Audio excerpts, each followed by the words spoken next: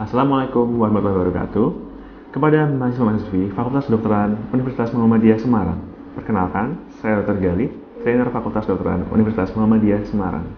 Pada kesempatan kali ini, kita akan peragakan tentang teknik pemasangan infus. Tujuan pemasangan infus: 1. Mengganti dan mempertahankan keseimbangan cairan dan elektrolit tubuh. 2. Sebagai akses pemberian obat, kemoterapi, dan transfusi darah, serta produk darah. 3. Memberikan parenteral nutrien. Pedoman pemilihan vena. 1. Gunakan vena distal terlebih dahulu. 2. Gunakan lengan pasien yang tidak dominan jika memungkinkan. 3. Pilihlah vena di atas area fleksi. 4. Pilihlah vena yang cukup besar untuk memungkinkan aliran darah yang adekuat ke dalam kateter.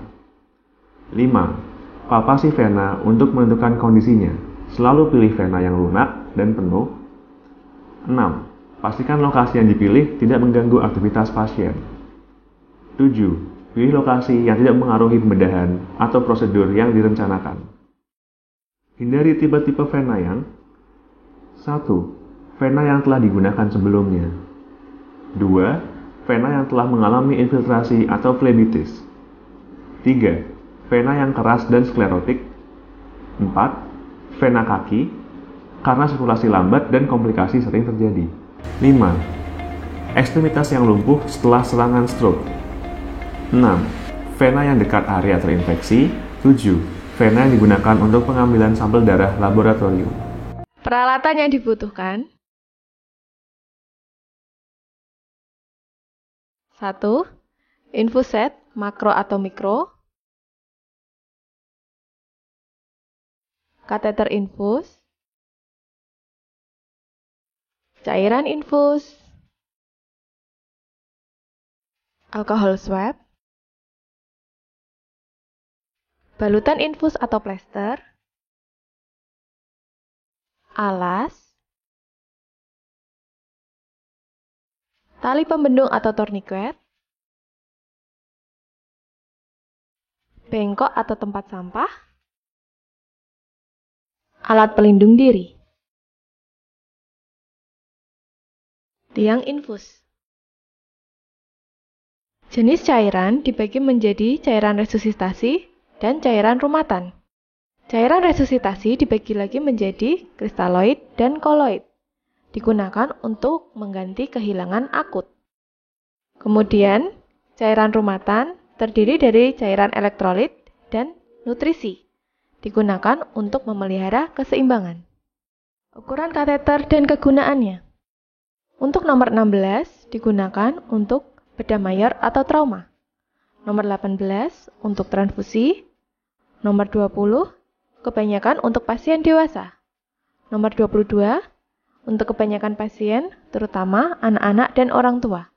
Nomor 24 dan nomor 26 pasien pediatrik dan neonatus. Mempersiapkan pasien. 1. Mengkaji riwayat penyakit dan alergi pasien, kaitannya dengan pemberian injeksi. 2. Komunikasi kepada pasien mengenai tindakan yang akan dilakukan atau inform consent setiap melakukan tindakan. 3. Mengecek kembali nama pasien, jenis cairan, dan jumlah tetesan apakah sudah benar. Dokter melakukan cuci tangan.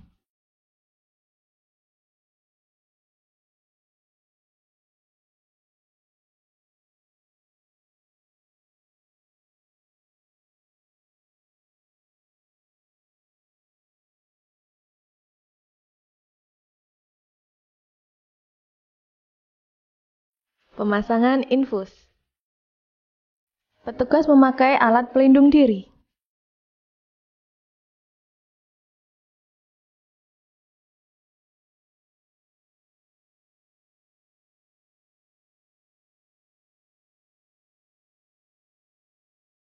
Memasang alas.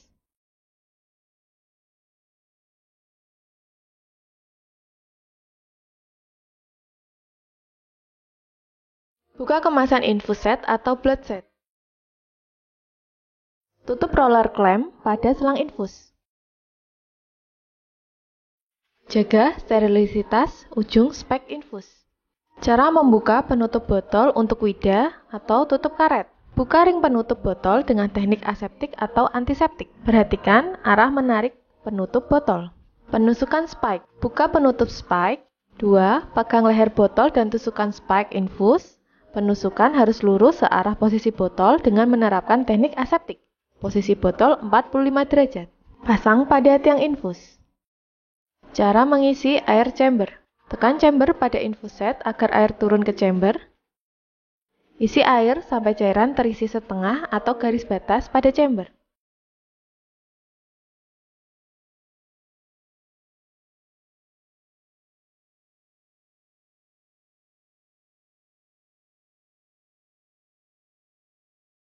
Cara mengisi air pada selang. Naikkan ujung infus set yang ada jarumnya, dibuat sejajar dengan chamber.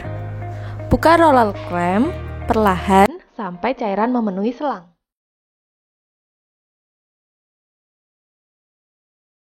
Pilihlah vena yang baik.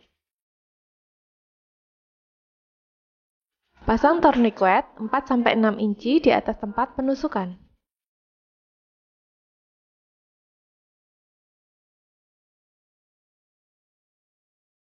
Desinfeksi kulit tempat penusukan dengan gerakan melingkar dari pusat hingga keluar dengan alkohol swab.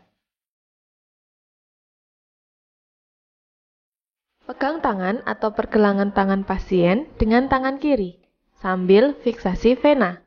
Letakkan ibu jari Anda di atas vena untuk mencegah pergerakan dan untuk meregangkan kulit melawan arah penusukan. Tusuk vena dengan bevel jarum atau aboket menghadap ke atas, dengan sudut 30-40 derajat. Tusukan searah aliran vena setengah kateter, atau terlihat darah akan mengisi pada tabung kateter vena.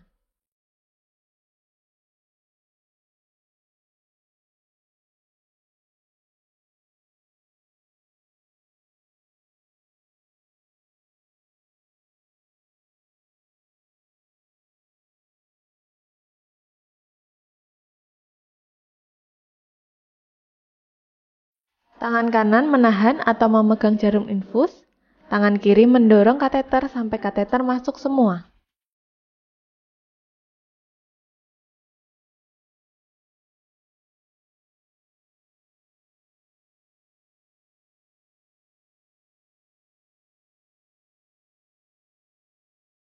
Cabut jarum infus dan hubungkan kateter dengan infus set yang sudah disiapkan.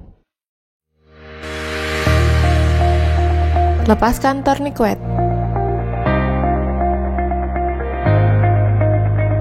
Alirkan cairan infus, cek lancar atau tidak, kemudian adakah tanda-tanda pembekakan. Fiksasi, atur tetesan sesuai instruksi dan atur tinggi botol infus kurang lebih 85 cm dari jantung pasien.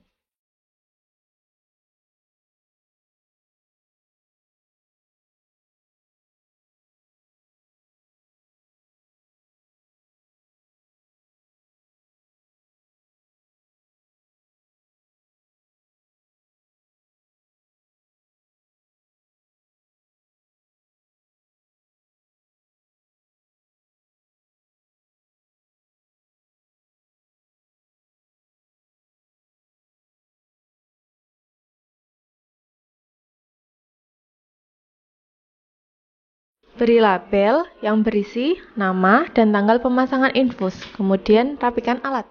Dokter melakukan cuci tangan setelah tindakan.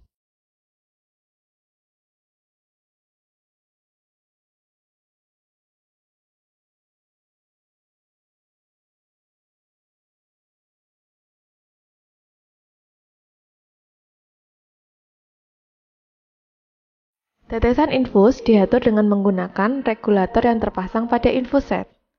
Tetesan per menit adalah kebutuhan cairan kali faktor cairan dibagi waktu infus kali 60 menit. Faktor tetes infus per menit berbeda. Pada infus set dewasa atau infus set makro, 1 cc sama dengan 15 tetes atau 20 tetes. Pada infus set anak atau mikro, 1 cc sama dengan 60 tetes.